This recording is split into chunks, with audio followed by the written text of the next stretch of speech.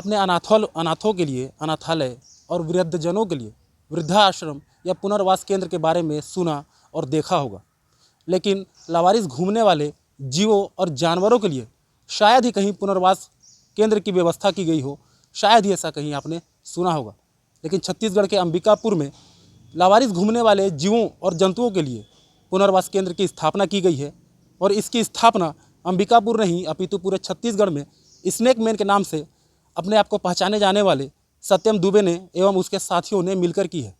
आखिर इसका मुख्य उद्देश्य क्या है, हम सभी बातें जानेंगे। इस वक्त हमारे साथ स्नेक मैन सत्यम दुबे मौजूद हैं। आप देख सकते हैं कि पुनर्वास केंद्र के सामने ही यहाँ पर जो जीव जंतु आपको कुत्ते दिख रहे होंगे जो कि बीमार भी दिख रहे हैं और एक टांग से ये चल भी नहीं पा रहे, अपने 3 टांग से ही चल रहे हैं। ऐसे ही जानवरों के लिए इन्होंने पुनर्वास केंद्र की स्थापना की है। सत्यम दुबे इस वक्त हमारे साथ मौजूद हैं, इनसे जानते हैं आखिर कब आपको ऐसा ख्याल आया कि मुझे ऐसे जानवरों के लिए इस तरह की पुनर्वास केंद्र की स्थापना की जानी चाहिए। दीप जी, पुनर्वास की प्लानिंग मैं लगभग 1 साल से कर रहा था। क्या हुआ था कि पिछले साल एक जो कि घायल नाग था और चोटिल हो गया था। जब उसको लोग गाँव वालों ने उसे टांगी से मार दिया था। टांगी से मारने के बाद हमने ट्रीटमेंट तो कर दिया, लेकिन हमारे पास सबसे बड़ी समस्या ये रही कि उसको रखे कहाँ। और पूरे संभाग में नहीं, पूरे छत्तीसगढ़ में मैं पता करके आया हूँ, कहीं भी ऐसा प्लेस नहीं है जो भी इंजर्ड जीव हैं उनको उपचार के पश्चात रखा जा सके। जैसे कि अभी आप स्वीटी को देख रहे थे, इसके पीछे का 2 टांग इंजर्ड है। अब सोचिए ये 2 टांग में सर्वाइव कैसे कर पाएगी। इसको मैं वेटनरी हॉस्पिटल से लेके आया हूँ, क्योंकि वहाँ देख रेख उतने अच्छे से तरीके से नहीं हो पाता। अभी रिसेंट में वहाँ जितने डॉग्स थे सारे के सारे ख़त्म हो चुके हैं ठंड की वजह से, और वहाँ गायों की भी कंडीशन ठीक नहीं है। सालाना लगभग 20 से 25 वहाँ जीवों की मौत होती है।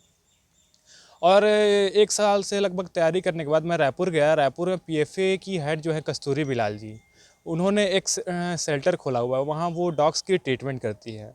और मैं सोचा कि सरगुजा में इतनी हरियाली है और मुझे हर तरह के जीव मिलते हैं, तो क्यों ना सभी जीवों के लिए एक ऐसा जगह बनाया जाए जहाँ घायल जीव वहाँ रह भी सके, उनका उपचार भी हो, और जैसे ही उपचार होता है उन्हें उनके नेचुरल हैबिटेट में हम छोड़ सकें। जैसे आप ये देख रहे हैं, ये जो बंदर है हमें लास्ट ईयर मिला था। हमने इसका ट्रीटमेंट तो कर दिया था, लेकिन संभाग में ऐसा कोई भी प्लेस नहीं था जहां इसे उपचार के बाद रखा जा सके। इसका एक हिस्सा करंट से जल गया था और पूरी हड्डी बाहर आ गई थी। लास्ट में हमने बहुत मुश्किल से परमिशन लेके संजय पार्क में रखवाया, और ये लास्ट में तड़प तड़प के मर गया, क्योंकि प्रॉपर देख रेख और फीडिंग के साथ साथ सभी चीज़ की ज़रूरत होती है। एक पर्सन रह के अगर इसे हमेशा देखता तो मे बी ये सर्वाइव कर पाता। ऐसे बहुत सारे जीव हैं, जैसे गौ सेवा समिति हो गया या फिर बेजुबान हो गया, बहुत सारी संस्थाएं हैं जो जीवों के लिए अच्छा कार्य कर रही हैं।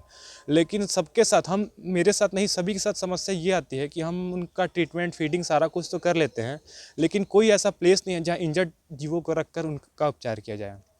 इसलिए मैंने इस खंडहर पड़े बिल्डिंग से शुरुआत किया है। अभी रिसेंटली में जब से 1 सप्ताह हुआ है मुझे सोशल मीडिया में डालते हुए, रोज़ाना 4 से 5 जीवों के लिए फ़ोन आते हैं। आज सुबह 4 बिल्लियों के लिए मुझे फ़ोन आया है, और डॉग्स के लिए तो एनी टाइम आते रहते हैं।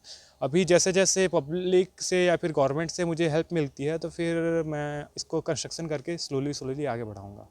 तो जैसा इन्होंने बोला कि जिस बिल्डिंग को इन्होंने दिखाया, ये दिखाना चाहूँगा, ये वही बिल्डिंग है जिस बिल्डिंग को इन्होंने सिंचाई विभाग से परमिशन लेने के बाद इस पर जीव पुनर्वास केंद्र की स्थापना की है। अभी कुछ दिनों तक अस्थायी रूप से इसी बिल्डिंग में जीव पुनर्वास केंद्र के जरिए जो भी लावारिस घूमने वाले जानवर हैं उनको लाकर उनका यहाँ पर देखभाल किया जाएगा। और भी कुछ बातें हैं, इनसे जानते हैं कि कैसे कैसे जानवरों को यहाँ पर लाया जाएगा और उनका किस तरह से यहाँ पे देखभाल किया जाएगा। देखिए, मेरी 2 तरह की प्लानिंग है। एक तो क्या है कि यहाँ पास में वेटनरी हॉस्पिटल है, और जितने छोटे जीव हैं, छोटे जीव का उपचार के बाद छोड़ दिया जाए, क्योंकि ये कॉलोनी है, हो सकता है कि यहाँ जीव बढ़े तो किसी न किसी को प्रॉब्लम हो। सेकेंड ऑप्शन मैंने ये सोचा, सरगाँव में मैं बड़ा रिहैब स्टार्ट कर रहा हूँ। वहाँ जितने ही बड़े जीव हैं, जैसे गाय माता हो गई, अन्य जीव, तो उन जीवों को ट्रीटमेंट के बाद कुछ दिन तक वहाँ रखा जाएगा। यहाँ टेम्परेरी मुश्किल से मुश्किल 20 से 30 जीवों को रखा जाएगा। अभी लगभग 10 के आसपास मेरे पास जीव टोटल हो गए हैं, और लगभग कुछ जीवों को मैं घर में रखा हूँ, जिसमें गाय हो गई और डॉग्स हो गए और बिल्ली हो गई। और जब जैसे ही कंस्ट्रक्शन कंप्लीट होता है सारे को मैं शिफ्ट कर दूंगा। मेरे साथ मेरे 2 भाई हैं, जैसे ये तरुण यादव जी हैं, ये गायों के लिए लगभग 3 सालों से कार्य कर रहे हैं, और ये मेरे भाई हैं जो अन्य वन्य जीवों के संरक्षण का कार्य करते हैं। हर्षराज सिंह इनका नाम है।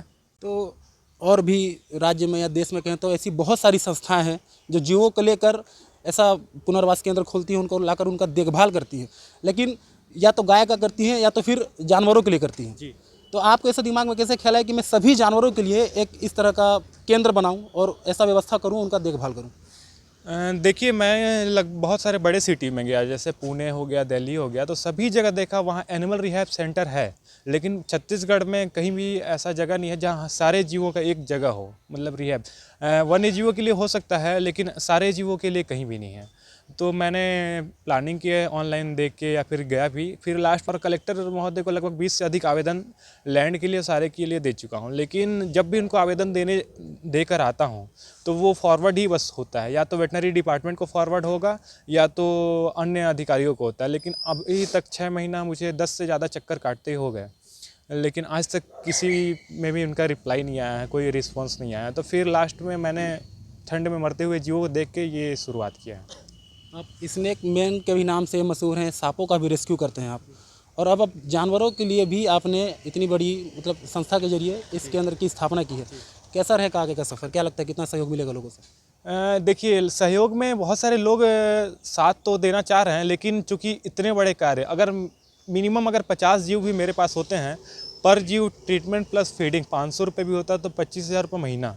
प्लस क्या है कि उनके लिए 2 स्टाफ रखने पड़ेंगे, एक जो उनके लिए खाना बनाए और प्लस एक देख रेख के लिए, और उसके अलावा कंस्ट्रक्शन आप देख रहे हैं, तो अन्य तरह के तमाम खर्चे हैं। लगभग 1 लाख रुपये महीना खर्च जाना ही जाना है।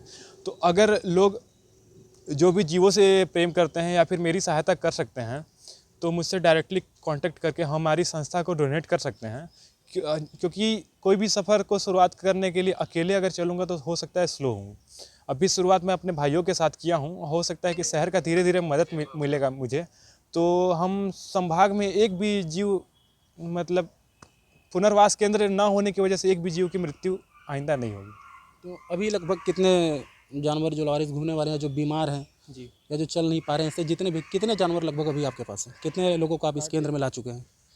देखिए, अभी तक टोटल मैं 15 से ज़्यादा जीवों को ले आ चुका हूँ। क्योंकि अभी इसकी हालत जर्जर है, तो यहाँ ले आके कुछ दिन तक रखता हूँ। उसके बाद फिर मैं अपने घर में या सरगाँव में एक हॉल है, तो वहाँ मैं रखता हूँ। जब तक इसका कंस्ट्रक्शन अच्छे से नहीं हो जाता, तो सारे जीवों को अभी इधर उधर करके मैनेज कर रहा हूँ। जैसे ही ये कंप्लीट हो जाता तो फिर मैं यहाँ व्यवस्थित तरीके से सारा कुछ शुरू करूँगा। तो आपने सुना, इस वक्त हमारे साथ स्नेक मैन सत्यम दुबे मौजूद थे। सांपों का तो रेस्क्यू काफ़ी समय से कर रहे हैं, लेकिन अब जानवरों के प्रति स्नेह दिखाते हुए इन्होंने ऐसे जानवरों के लिए जीव पुनर्वास केंद्र की भी स्थापना कर ली है। हालांकि सफ़र थोड़ा मुश्किल है, लेकिन बावजूद इसके ये लगे हुए हैं। हमने आपको जो बिल्डिंग दिखाई, उस बिल्डिंग का कंस्ट्रक्शन देखकर ही समझ में आ रहा है कि अभी इसमें और भी खर्च लगेंगे ही आगे, जिसके लिए वे भागदौड़ भी कर रहे हैं। अधिकारी मंत्री सभी जगह जा रहे हैं और उनसे सहायता के लिए गुहार भी लगा रहे हैं, और आगे जाकर ये जरूर सफल भी होंगे। और एक बात और आपको बता दूं कि छत्तीसगढ़ में ऐसे कई संस्थाएं हैं जो जानवरों को लेकर के ऐसे केंद्र का निर्माण करती हैं, जानवरों के लिए व्यवस्था तो करती हैं, लेकिन सत्यम दुबे ने इससे हटकर सभी जानवरों के लिए एक ही जगह पर ऐसे पुनर्वास केंद्र की स्थापना की है, जहाँ पर ये प्रत्येक ऐसे जानवर, चाहे वो बीमार हों, चाहे फिर वो पैरों से अपाहिज हों, या तेज़ रफ्तार गाड़ियों की चपेट में आने से जिनकी हालत स्थिति जो खराब हो चुकी हो, ऐसे जानवरों को लाकर ये वहाँ पर इनकी देखभाल भी करेंगे और आगे ये सफल भी जरूर होंगे। गजानंद साहू, फटाफट न्यूज़, अंबिकापुर।